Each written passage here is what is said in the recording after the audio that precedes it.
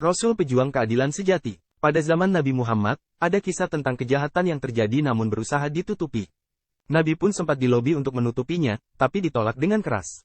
Kisah itu terdapat dalam kitab Sahih Muslim dan Sahih Al-Bukhari. Saat itu muncul kasus kriminal yang melibatkan keluarga terhormat, yakni kasus pencurian dengan tersangka wanita dari kelompok terhormat Bani Makhzum.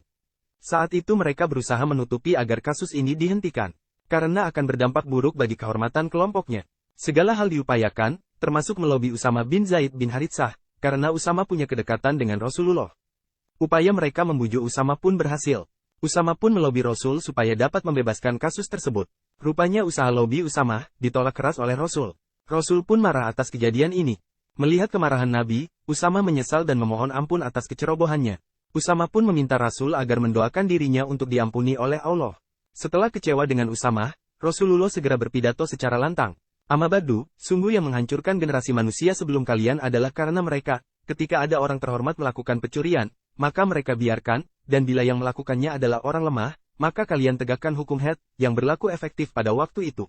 Sungguh aku, demi Tuhan yang menguasai nyawaku, andaikan putriku sendiri Fatimah binti Muhammad mencuri, sungguh akan kupotong tangannya. HR Muslim, Rasulullah tetap pada prinsip kebenaran, menegakkan hukum tanpa memandang latar belakang pelaku pelanggaran. Esensi dari kisah ini yang bisa kita petik adalah, bahwa keadilan harus ditegakkan. Hukum harus objektif dijalankan tanpa pandang bulu.